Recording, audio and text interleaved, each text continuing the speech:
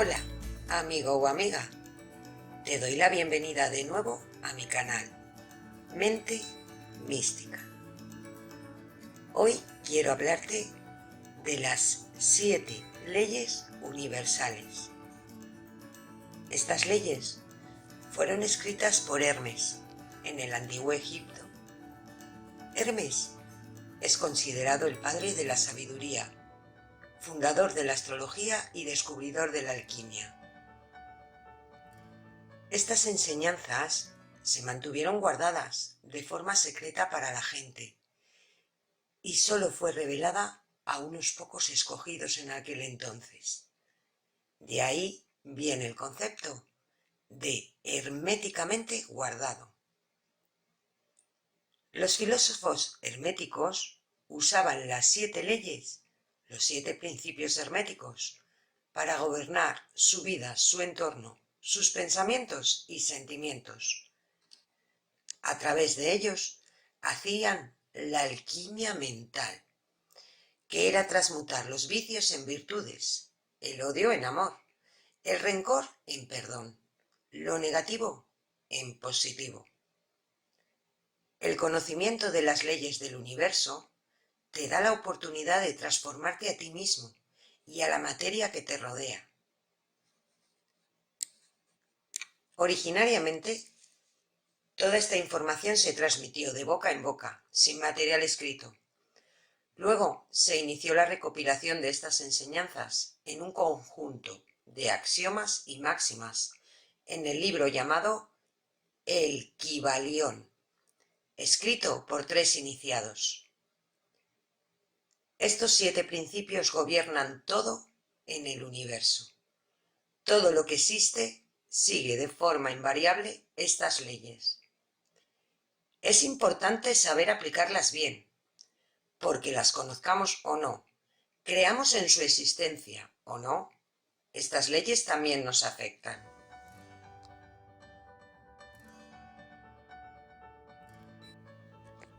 Dicho esto, vamos a comenzar a analizar cada una de las 7 leyes. Vamos a comenzar con la primera ley. Es la ley del mentalismo. Para analizar este principio, tenemos que partir de la base de que en el universo donde vivimos existe un creador. Nosotros somos a imagen y semejanza del creador. El hombre puede crear utilizando materiales del mundo concreto, pero cualquiera que sea su creación, siempre comenzará en su propia mente. Como el creador dijo, hágase la luz, y la luz se hizo. Así nosotros desde la mente. El universo es mental, y esto significa que cada una de las cosas que vivimos depende de nuestro pensamiento. Para algunos, la vida es una gran oportunidad para crecer y disfrutar. Para otros, la vida solo es un gran sacrificio y una continua lucha. La gran diferencia entre ellos está en su propia mente, en su manera de percibir el mundo. Nuestro universo personal depende de nuestro pensamiento, y hay tantos universos como personas. Todo lo que uno llegue a creer de sí mismo es lo que va a ver reflejado en el entorno. Si la persona se siente exitosa, merecedora y poseedora de buena suerte, entonces atraerá hacia sí misma situaciones y personas que reflejarán su creencia, que reafirmarán su premisa de persona afortunada. Lo mismo ocurre con las personas negativas que creen todo lo contrario. También reafirman sus premisas de persona propensa a desastres. El universo en que vivimos es mental y responde a lo que elegimos pensar en cada momento. No existe nada aleatorio en la vida. Todo lo que ocurre es consecuencia del reflejo de alguna pauta de pensamiento que mantenemos. Si el universo es mental y todo depende de nuestro pensamiento, entonces tu primera tarea será aprender a controlar el pensamiento. Seguimos ahora con la segunda de las leyes. Esta es la ley de correspondencia. Este principio nos permite entender lo que ocurre en el resto de planos de existencia, conociendo solamente uno de ellos, el físico. Estudiar una parte del todo nos permite comprender el resto. Este es el principio de la analogía, que nos da la posibilidad de entender la relación presente entre los distintos planos de existencia. Cuando llevamos este principio a nivel humano, podemos modificar las palabras y decir, como es adentro, es afuera. Como es afuera, es adentro. Todo lo que sucede alrededor de una persona refleja lo que le está ocurriendo por dentro. Esto significa que cuando una persona es desordenada con sus cosas, está demostrando su desorden interno. Por el contrario, quienes están en el otro extremo y son muy rígidos con el orden, están reflejando una rigidez mental en sus ideas. Si se analizan las condiciones de vida que rodean a una persona determinada, se puede saber qué es lo que tiene en su mente.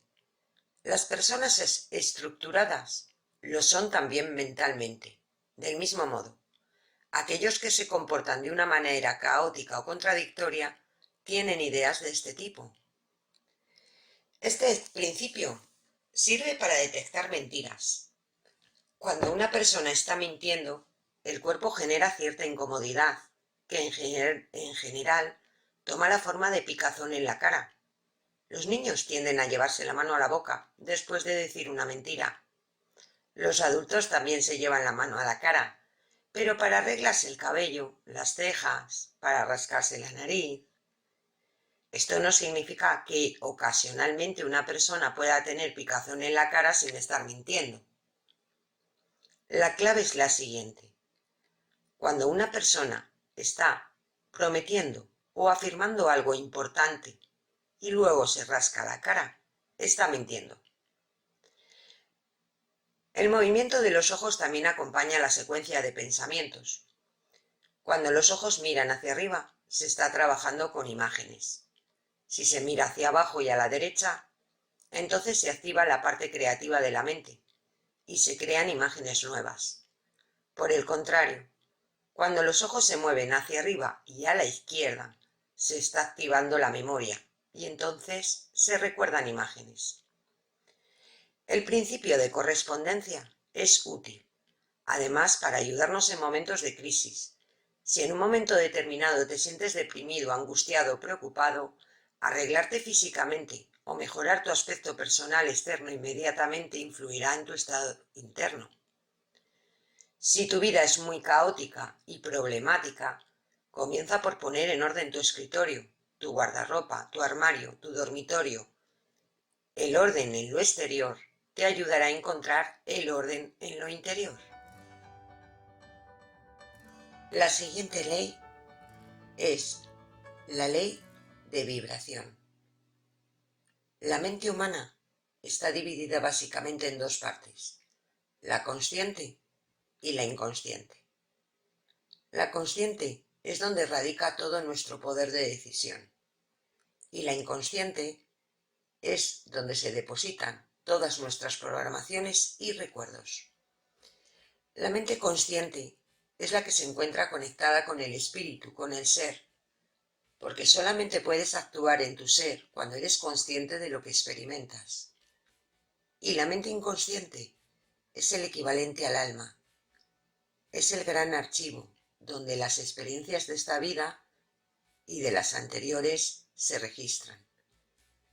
Finalmente tenemos nuestro cuerpo físico, que es el vehículo principal para vivir las experiencias en este plano. En el universo donde vivimos no existe nada que sea totalmente firme o estable. Todo se encuentra en continuo movimiento, en continua vibración y transformación. Cada parte del universo tiende a transformarse, a evolucionar hacia un nuevo nivel de existencia. Por tanto, lo único que es inmutable es el cambio. En nuestra vida También vivimos sometidos a continuos cambios y elecciones. La vida nos empuja siempre a movernos. Las crisis aparecen cuando permanecemos rígidos o inflexibles en una posición. Cuanto más cerrados estemos en una posición o idea, más fuerte será el esfuerzo que hará el universo para movernos de allí. Hay otras personas que caen en la inercia y no toman decisiones. Cuando eso ocurre, el universo mismo toma las decisiones por ellos, y a veces la no elección es una elección en sí misma. ¿Qué es lo que hace que el cuerpo, las situaciones, la vida cambie? La respuesta es la mente. Si piensas que a los 50 años comienza la vejez de tu vida, tu cuerpo envejecerá. Si crees que a esa edad estás en tu mejor momento, entonces tu cuerpo responderá dándote vitalidad y entusiasmo. Si tienes pensamientos felices, tu cuerpo reaccionará con energías positivas. Si te deprimes y solo ves la vida de una manera muy negativa, lo más probable es que te enfermes.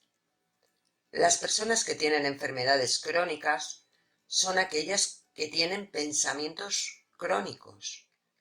Cuando renuncian a los patrones de pensamiento antiguos y sus ideas más negativas, comienza la curación.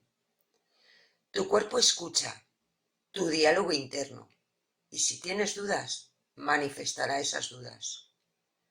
Recuerda que no son los pensamientos los que se manifiestan, sino las creencias. Manifestarás lo que creas que es, no lo que pienses que es. La secuencia es la siguiente. Pensamiento, que corresponde con el intelecto. Luego viene la idea, se corresponde con la lógica. Luego llega la creencia, se corresponde con el consciente. Entonces se produce un patrón de conducta o hábito. Repetición que crea rutina. De ahí tenemos un carácter, que es la interiorización. Y por último da lugar a una personalidad. Esa es la última fase, la exteriorización. La cuarta ley es la ley de polaridad. En el mundo donde vivimos, todo es dual, todo tiene su par de opuestos. Por ejemplo, blanco-negro, hombre-mujer, bueno-malo, amor-odio. Nuestra función es aprender a armonizar los opuestos. Venimos al planeta Tierra a desarrollar la habilidad de encontrar el justo equilibrio entre los distintos polos. Todos tenemos que aprender a pararnos justo en el medio.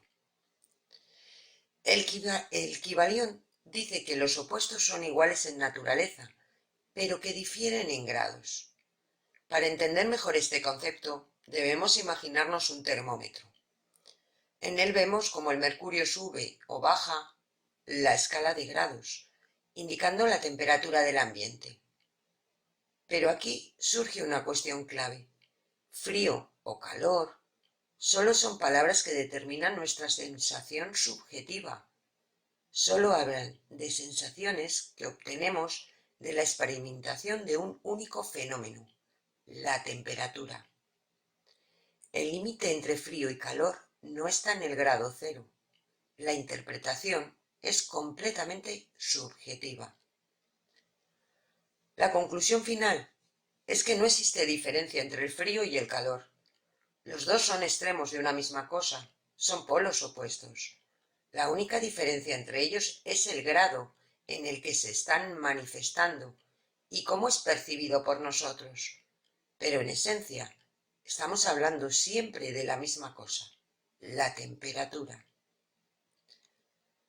Por otra parte, este mismo principio sostiene que los extremos se tocan. Un ejemplo práctico. Si yo decido viajar siempre en dirección este y pudiera dar toda la vuelta al mundo, entonces terminaría en el mismo punto de partida. La pregunta que surge entonces es: ¿dónde está el oeste? La respuesta más acertada, de acuerdo con este principio, sería que el este y el oeste son lo mismo. Cada vez que te encuentres viviendo una situación extrema, es decir, que estés ubicado en uno de los dos polos y desees revertir o neutralizar la situación, deberás comenzar a crear la energía de la polaridad opuesta. De esta manera, llevarás ese termómetro a su punto medio. Si deseas transformar una situación, tendrás que utilizar la energía envuelta en ese par. Se debe trabajar siempre con elementos de la misma naturaleza, a los cuales les cambia el grado de manifestación. Seguimos con la quinta ley, la ley del ritmo. El mismo movimiento que se da en el plano físico también se da en los planos emocional y mental. Esto quiere decir que tanto nuestro humor como nuestros pensamientos también responden a ese ritmo. Después de un periodo de gran tristeza, pesadumbre o dolor, se sucede otro lleno de gran alegría, felicidad y satisfacción. A veces los cambios de humor se dan en el mismo día. Uno se siente optimista y alegre y al rato triste y preocupado. Se debe aprender a dominar este movimiento pendular para evitar el arrastre hacia el extremo. Este principio está muy relacionado con la ley de polaridad. En cada punta del péndulo podemos ubicar uno de los polos opuestos y así vemos claramente cómo oscilamos de un extremo al otro. Raramente llegamos a los extremos totales. Nuestro péndulo oscila en diversos grados y así alcanzamos ciertos grados de felicidad o de tristeza. El Kybalión define a este ritmo como compensación. Aunque el movimiento es difícil de medir en números y no sabemos en qué grado se da, podemos determinar en qué fase del movimiento nos encontramos. Cuando una persona se encuentra en el polo de la tristeza, debe saber que en algún momento la vida lo llevará al polo de la alegría, lo desee o no. Cuanto más profunda sea la primera, mayor será la segunda. El ritmo siempre comienza por el polo negativo. De esto se deduce que la medida del movimiento negativo será igual a la del movimiento positivo. El principio del ritmo nos advierte también que los momentos de felicidad o éxito no son permanentes. Tarde o temprano, el péndulo al avanzar nos llevará a experimentar el fracaso y la tristeza. Esto no significa que uno tenga que perder lo que ha logrado, pero es necesario saber que el periodo de crecimiento o de dicha no es constante. Existen casos en que las personas parecen haberse quedado estancadas en uno de los extremos del péndulo. Se dice que esas personas se han polarizado. La mayoría tiende a estancarse en los polos negativos: pobreza, soledad, enfermedad, etc. El estudio del principio del ritmo nos permite sintonizarnos con nuestro propio movimiento pendular para aprovechar los momentos de avance, pero con el tiempo se aprende a escapar completamente a este movimiento. Para lograrlo, busca situarte arriba del péndulo, donde no hay movimiento de arrastre. Cuando te vuelves un observador de tu vida, ya no te arrastran los vaivenes del péndulo. Cuando observas, simplemente es tu vida la que ves balancearse. Tú no te balanceas. De acuerdo con esto, sabemos que contamos con espíritu, alma y cuerpo. El espíritu se corresponde con la mente consciente. Gracias a la acción de nuestro espíritu, tomamos decisiones y nos movemos en cierta dirección. Aquí se localiza nuestra voluntad. El alma se corresponde con la mente inconsciente. es el gran archivo donde almacenamos todas las experiencias vividas. El alma es la fiel servidora del espíritu y ejecutará aquello que elija. El cuerpo se corresponde con nuestro cuerpo físico, vehículo necesario para vivir las experiencias en este plano. Si ordenamos estos niveles de existencia de arriba a abajo, es decir, arriba espíritu, en medio alma y abajo cuerpo, y ubicamos el eje del péndulo en la parte superior, podemos deducir que lo que más sufre el embate de su movimiento es el cuerpo físico, ya que le toca el recorrido más amplio del péndulo. Le sigue el cuerpo emocional o el terreno del alma. Y finalmente, el plano del espíritu, donde las situaciones no cambian. Aquí el movimiento pendular es muy leve o inexistente. Por lo tanto, en la medida en que ascendemos a planos superiores, el embate del péndulo se reduce hasta que desaparece. Esto se logra cuando ingresamos plenamente en el plano del espíritu, el plano del eterno presente y de la dicha constante. En el universo todo tiene su propio ritmo. Las actividades, los trabajos, las relaciones. La naturaleza nos recuerda este movimiento rítmico de muchas maneras. El ritmo de nuestro corazón, de nuestra respiración, de las olas del mar y las mareas, el cambio de estaciones, el día y la noche. Observa tu ritmo y aprovéchalo para hacer que todo sea más fácil. Hay tiempo para crear y para descansar de lo creado. No se puede crear continuamente, ni descansar continuamente. La ley número 6 es la ley de causa y efecto. De esta ley ya hemos hablado con anterioridad en el patrón kármico. También en parte está relacionada con la reencarnación. Pero os voy a contar lo que dice el Kybalión de esta ley. Absolutamente todo lo que estamos viviendo en el presente ha sido generado en algún momento. Lo hemos creado, ya sea consciente o inconscientemente, en esta o en otra vida. Cuando decidimos que algo nos sucede por casualidad, solo estamos refiriéndonos a una ley que desconocemos, pero en realidad era un evento que nos tocaba vivir porque lo habíamos generado de alguna manera. Es agradable pensar que todo lo bueno que nos ocurre es el producto de nuestras buenas acciones, pero por el contrario, nos cuesta aceptar que las situaciones negativas que se nos presentan también las hemos creado. Esta ley nos da respuesta al explicarnos que son muchos los planos de causación, origen de la causa, que da lugar al efecto. Algunos de ellos provienen desde muy atrás en el tiempo y están dormidos en la memoria. Son eventos que pudieron darse tanto en la infancia como en vidas anteriores. Además, genéticamente recibimos la influencia de nuestros padres. A eso le agregamos la influencia de 4 abuelos. Y si seguimos, vemos que también recibimos la influencia de 8 bisabuelos. Así, esta cadena continúa infinitamente. También recibimos las influencias de la sociedad en la que creemos, la religión que practicamos, las instituciones de enseñanza a las que asistimos, los lugares de trabajo, los bares, los amigos que nos rodean y demás. Esto indica que existen muchos planos de causalidad y nosotros somos el resultado de la suma de dichos planos. Siempre tenemos la libertad de poder elegir en el presente, que es el único momento que existe.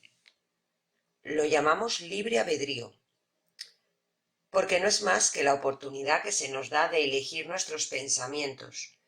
En esto radica nuestro verdadero poder, y es así como tomamos las riendas de nuestra vida.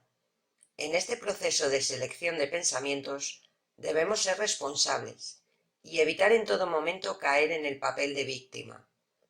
Para la mayoría es más fácil culpar a alguien o a algo por la infelicidad y por tanto se deja de lado la posibilidad de cambiar y crecer.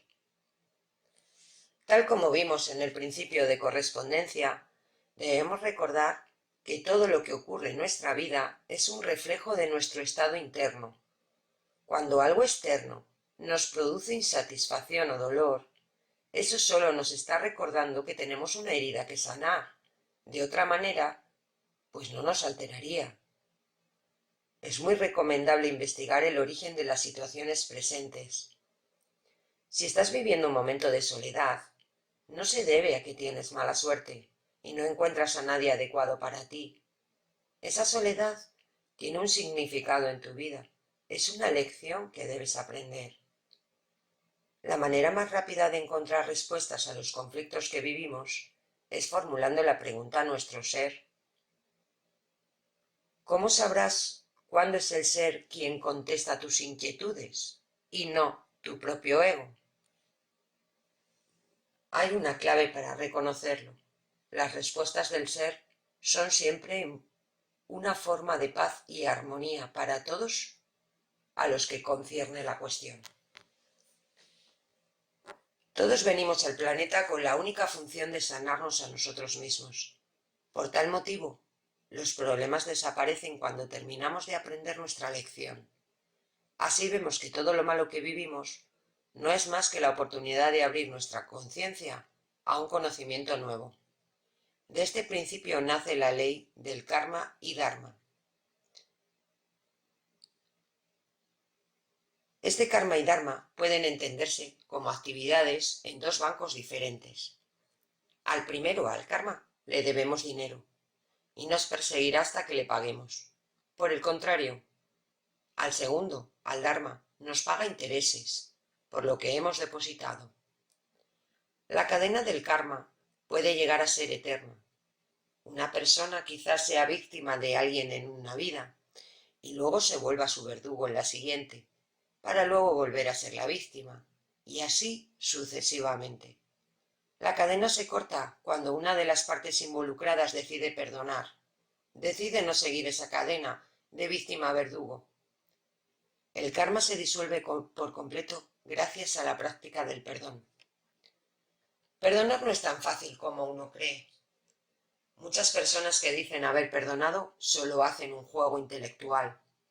Cuando vuelven a tener otro problema con la persona perdonada, el resentimiento y los reproches aparecen instantáneamente. Esto es lo que conocemos como perdono, pero no olvido.